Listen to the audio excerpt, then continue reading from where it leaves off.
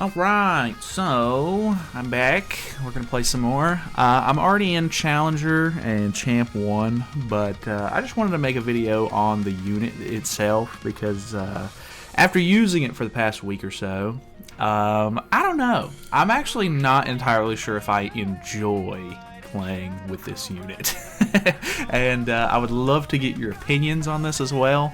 My biggest gripe, I think, is the fact that the Flames of Obliteration buff is just mega annoying. Like, it's really tiresome to deal with a lot of the times. I'm sure he's going to be fantastic. I did Guild Boss today, and I literally hit 99,999,999 damage in it, and I thought that was really fun. But realistically, I'm not going to be using him for every Guild Boss. And we haven't had a Guild Wars season with him just yet, so I'm not sure how he's going to play there, but I'm sure he'll do great. But at the same time, in just regular PvP, I am not really loving how this unit plays. So I wanted to use him a little bit. My biggest thing is, like, there's a couple of quirks that you're going to have to deal with. One is that if you do not have a taunt unit turn 1, there's really nothing you can do to keep Escanor alive, basically.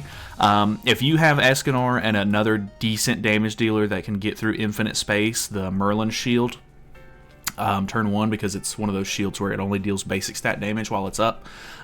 You can just, you can literally just one-shot Escanor with one damage dealer and Escanor on the team as long as they don't have a taunt. That being said, you're basically going to be required to have a taunt. Obviously, a lot of people are using Melly Elizabeth, which is a really good option considering that they just have the taunt turn 1. Everything is fine. This is exactly what they're doing. The thing is, like, if say he doesn't have this on, I can just break this shield. This card alone does 60% damage or whatever his damage cap is once you break it. And then you can just one-shot him with the card, basically. I don't know. It's a little strange. I'm not totally in love with it at the moment.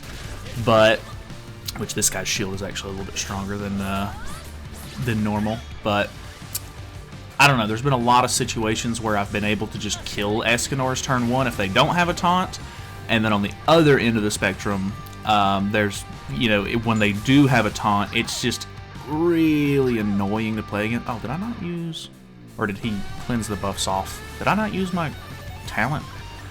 Either way, the talent is also a little strange, just because of the fact that you can use it and it does count as an attack. So if you use that and then you attack with Escanor again on the same turn and you hit Tarmio Link with it twice, you will actually disable yourself, which is fine. I'm not going to hate on that. It's actually kind of nice. See, at this point, he already has Flames of Obliteration up, which I don't really understand. Like, he doesn't have a stack on it yet, but I'm not going to be able to actually deal damage to him here. So I'm just gonna, well, I didn't really want to do that, but either way, like, I'm not gonna be able to do too much damage to him at this point. Typically, it just ends up being just a battle of the Escanors at that point, which is just kind of annoying to me. I don't love how that gameplay kind of works out, because you pop your Flames of Obliteration because you kill somebody, or he'll pop Flames of Obliteration because he kills your characters, and then you're basically just in this weird stalemate stage where neither of you can do more than the damage cap that it adds, which is 50% HP, until one of yours runs out. So at that point, you basically just have to rush Escanor's ultimate, so that way whenever yours does run out, you can use the ultimate and it will reapply it. And then if they use their ultimate, they reapply it, and you just have to wait for it to fall off again. And it is just not really my favorite kind of gameplay. Luckily, I'm doing decent enough here.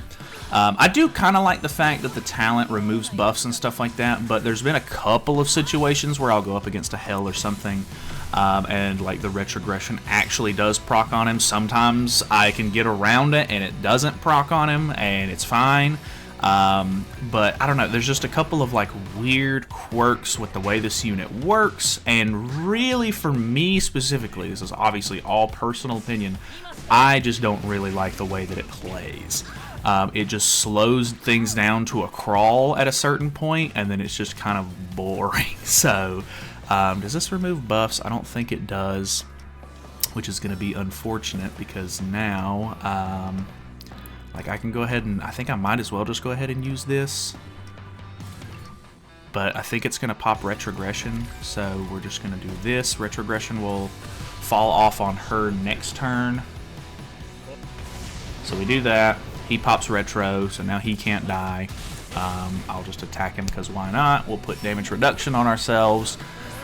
Hell is going to lose her retro, then we can kill her, then kill Escanor. But see, this might obviously be another one of those weird scenarios. I guess it obviously depends on ult level, because he's not killed any of my characters. You can only pop Flames of Obliteration so many times depending on your ult level. But if he's like really high ult, I would kill Hell here, he would gain another stack of flames, and then I'd be in the same spot where we're just waiting around for that to fall off again. And it just like, I'm normally like, it's fine. Like, I don't care if PvP in general is like a little slower, but when it comes down to, luckily he didn't, we didn't have to worry about it this time, so we should be able to kill here. But oh no, the dogs are gonna bark. But it's just like a weird standstill thing that I just don't enjoy. Like, it just makes it not fun to play against, which is just unfortunate, and that's the part that I don't like about it. I don't know. Let me know your thoughts, because it's, I don't know, it's fine most of the time. Like, it's not super annoying to where I don't want to play, but it's annoying enough to where I'm like, ugh, like I've got to go up against another Escanor, and obviously he's the brand new character, so everybody's using him, etc. kind of thing. So I just realized I have 19 victories in a row in ungeared. I did not realize that, which actually kind of surprises me, because there for a bit, which I think this week I started in like Champ 3 because I just didn't play enough last week because I was super busy with holidays and stuff like that. But yeah, I don't know. There's maybe it was geared PvP that I was having issues, but there was just like I was trying out a bunch of different team comps and stuff. I tried out comps where I was using whatchamacallit. What am I wanting to do here? This actually may... Well, I think because we hit the shield, it won't disable me. I could be wrong. We're going to try it either way. But I've tried out a couple of different team comps. Did I disable myself? I don't think so. I was using the red Jenna, the one where if she dies, because it's super easy to kill her. It's not even like a question if she dies. Like, it's pretty much going to happen regardless. It puts the increased damage dealt on the enemies, which I think is kind of a fun sort of gimmick.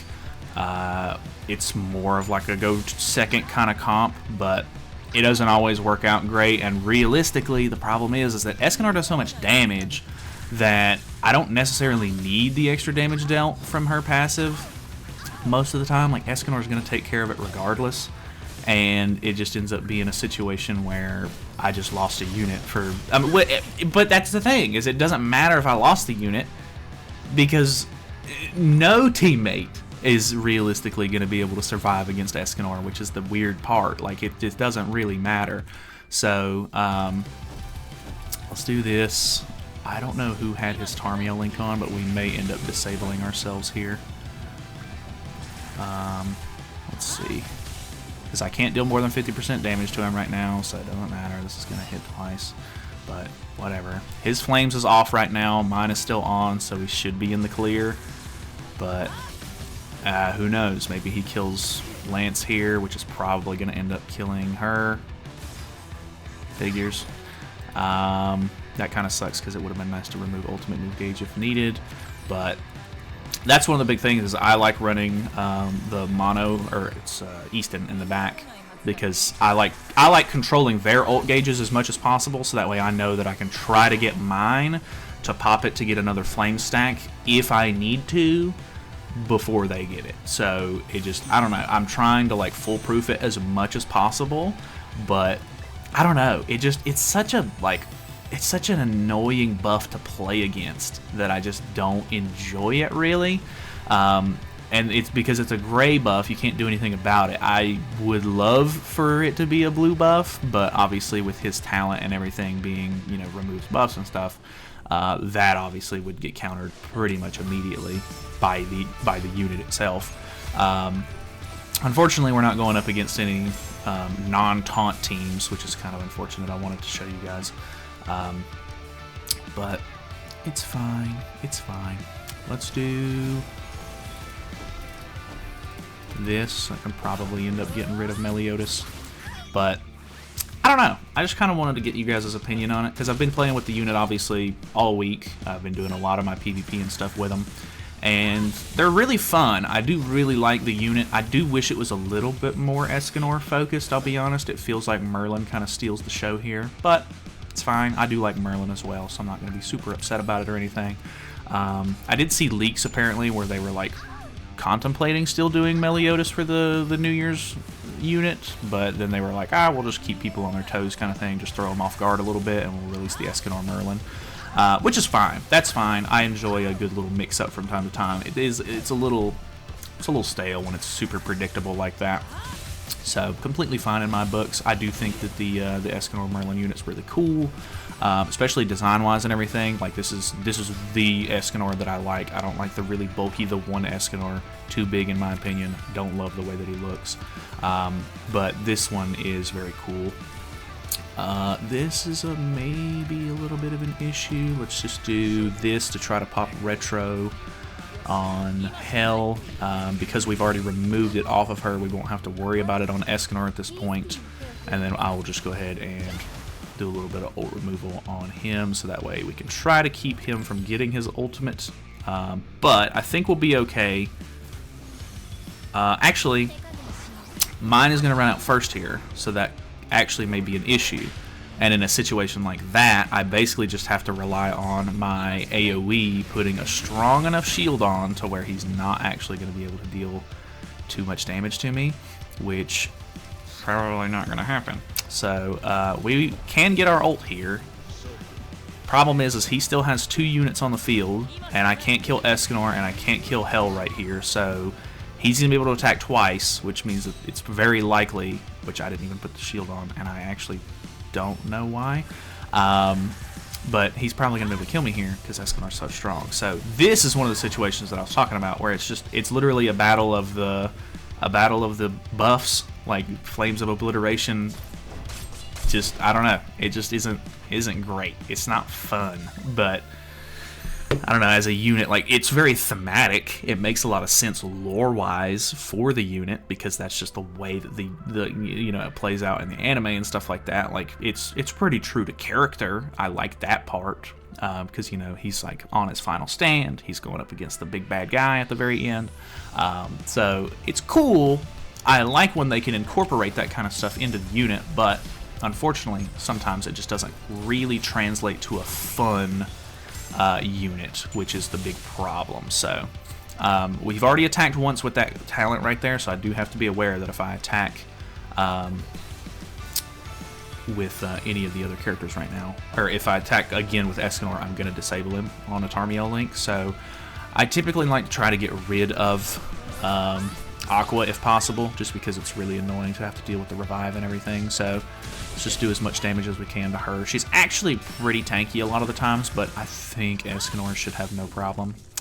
So that's going to kill, and then it's going to pop damage on the other 2. Can we kill Mael here? Yeah, the double proc is so stupid. It's crazy. Did we pop? I don't think we popped res on Tristan there because he still has his debuffs. I think those would have been purged if he popped res.